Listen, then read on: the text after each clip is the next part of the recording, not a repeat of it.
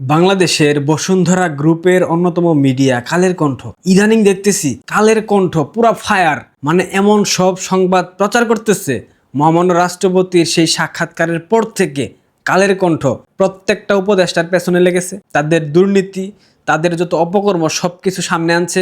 অসংখ্য অনুসন্ধানী প্রতিবেদন গত এক সপ্তাহে কালের কণ্ঠ প্রকাশ করেছে। আমি বুঝলাম না হঠাৎ করে কালের কণ্ঠ এমন গিরগিটির মতো পল্টি নিল কেন।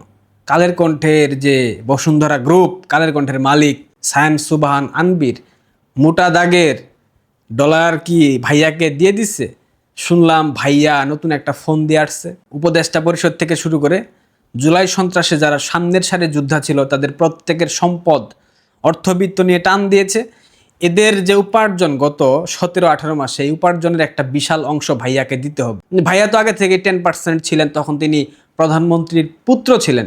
এখন তো ভাইয়া নিজেই প্রধানমন্ত্রী, সুতরাং এই পার্সেন্টেজ 10% থেকে 15 হবে না, 15 কম হয়ে যায় 20। এখন 10% ভাইয়া থেকে 20% ভাইয়া হয়তো আমরা সামনে দেখতে পাবো, এটার আত্মপ্রকাশ ঘটবে, নিশ্চিত থাকতে পারেন আপনারা। বাংলাদেশের উপদেষ্টা পরিষদ, এই উপদেষ্টা পরিষদের সবার দুর্নীতি নিয়ে কালের কণ্ঠ ধারাবাহিকভাবে প্রতিবেদন প্রকাশ করতেছে। এটা নিয়ে হাসনাত আবদুল্লাহ ক্ষুব্ধ, হাসিব আল ইসলাম ক্ষুব্ধ, আসিফ নজরুল ক্ষুব্ধ, আসিফ মাহমুদ সজীব ভুইয়া ক্ষুব্ধ। মানে জুলাই সন্ত্রাসে সম্পৃক্ত যারা সামনের সারিতে ভূমিকা যারা রেখেছিল এরা প্রত্যেকেই ক্ষুব্ধ হয়ে গেছে, কারণ তাদের এই অপকর্ম, তাদের যে হাজার হাজার কোটি টাকা লুটপাট, এইসব তথ্য সামনে আসছে।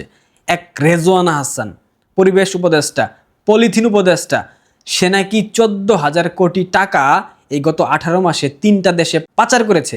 আজারবাইজান, সুইজারল্যান্ড এবং কাতার, 3 দেশে তার পাচারকৃত অর্থের পরিমাণ 14,000 কোটি টাকা। যদি রেজওয়ানা 14,000 কোটি টাকা পাচার করে থাকে, সেক্ষেত্রে আসিফ নজরুল এবং আসিফ মাহমুদ সজীব ভুইয়া এবং আমাদের সুদ্রাজ মহাজন ইউনুস ঠিক কত টাকা পাচার করেছে আপনাদের কোনো আইডিয়া আছে? বলা হচ্ছে রিজার্ভ 29 বিলিয়ন মার্কিন ডলার, কিন্তু বাংলাদেশের ঋণ 14 বিলিয়ন মার্কিন ডলার, রিজার্ভ আছে 15 বিলিয়ন মার্কিন ডলার। এটা আমার কথা না, এটা লাল বিপ্লবীদের যে জনপ্রিয় সাংবাদিক ইলিয়াসের কথা। এটা হচ্ছে সুদখুর ইউনুসের শাসনামল এবং একটা ভঙ্গুর রাষ্ট্র, একটা ভঙ্গুর অর্থনীতি বিএনপির কাঁধের উপর চাপিয়ে দিয়ে চলে গেছে। বিএনপিকে যদি আওয়ামী লীগ বাধা নাও দেয়, আওয়ামী লীগকে যদি স্বাভাবিক রাজনৈতিক প্রক্রিয়ায় অংশ নিতে নাও দেয়, তারপরেও আমি একদম নির্দ্বিধায় বলে দিতে পারি বিএনপি 6 মাসের বেশি সরকার পরিচালনা করতে পারবে না, কারণ সেই সক্ষমতা বিএনপির মধ্যে নাই। ইতিমধ্যে যেসব লোকজনকে নিয়োগ দিয়েছে আমরা কাটে ঢেকি এক একটা। শিক্ষামন্ত্রী একটা নিয়োগ দিয়েছে, কথার থেকে মানে কাজের থেকে কথা বেশি বলে।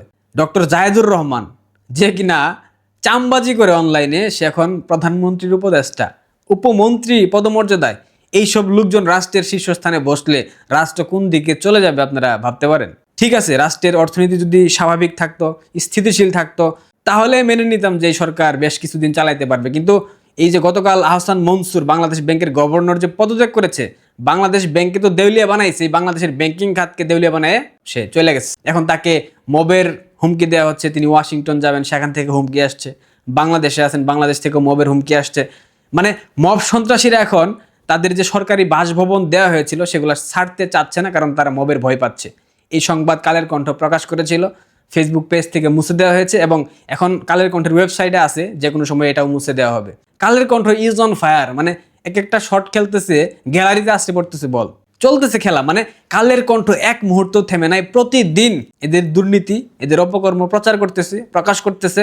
আসিফ মাহমুদ সজীব ভুইয়া এবং আসিফ নজরুলের নামে দুদকে অভিযোগ জমা পড়েছে, মাহফুজ আলমের নামে অভিযোগ জমা পড়েছে। 200 কোটি টাকা ঘুষ নিয়েছিল বা চেয়েছিল একটা বেসরকারি টেলিভিশনের অনুমোদন দিতে।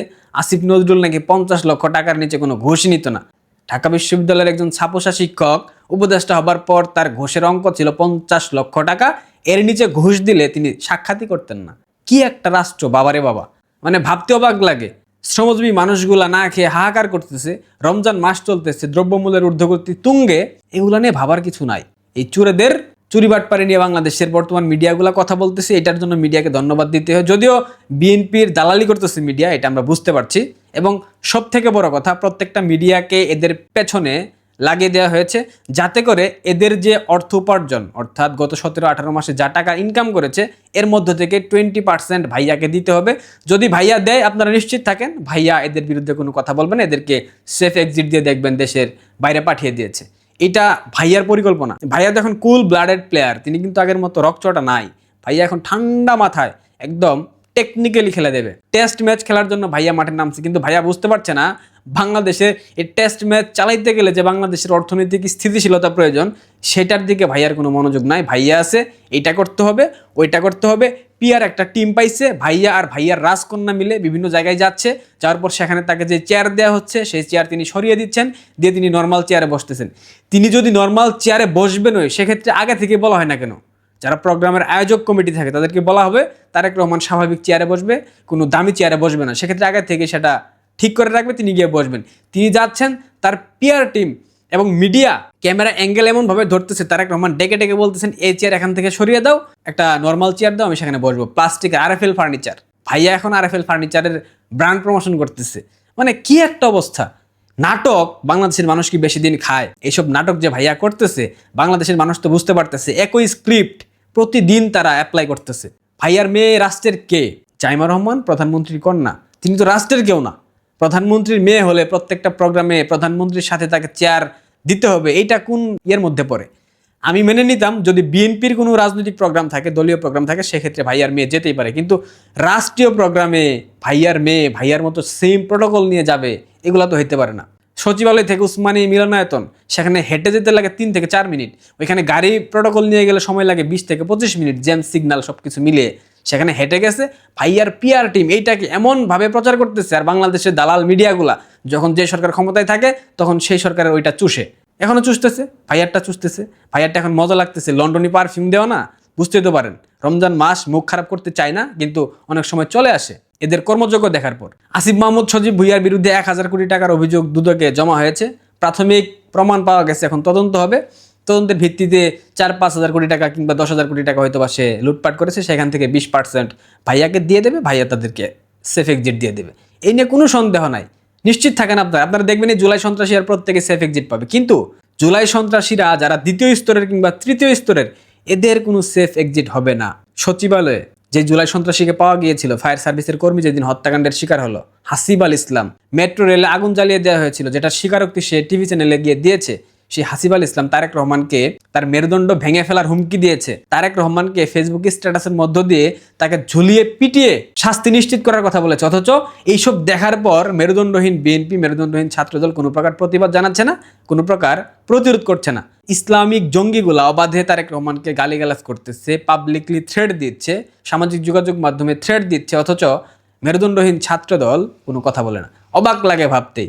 পার্টি পাওয়ারে তারা কি সাম্যের রাজনীতি প্রতিষ্ঠা করতে চায়? এই জন্য জনগণের মতামত দেওয়ার অধিকার আছে, মত প্রকাশের অধিকার আছে, এগুলা বলবে এখন যদি আমরা কথা বলতে যাই। কিন্তু আলটিমেটলি তাদের যে মেরুদণ্ডই নাই সেটা তারা বুঝতে পারছে না। যাই হোক, এভাবেই চলতেছে, সামনের দিনে আরো চলবে। ভাইয়ার পিআর টিম বেটার করতেছে, অনেক ভালো পারফরমেন্স। এগিয়ে যান ভাই, আমরা দেখতে চাই আপনার সফলতার দৌড় ঠিক কতখানি হইতে পারে। আগের সরকারের যে ঋণ, এই ঋণের বোঝায় পিষ্ট হবে আমাদের ভাইয়া। দেখবেন কি অবস্থা। কালের কণ্ঠের সংবাদ।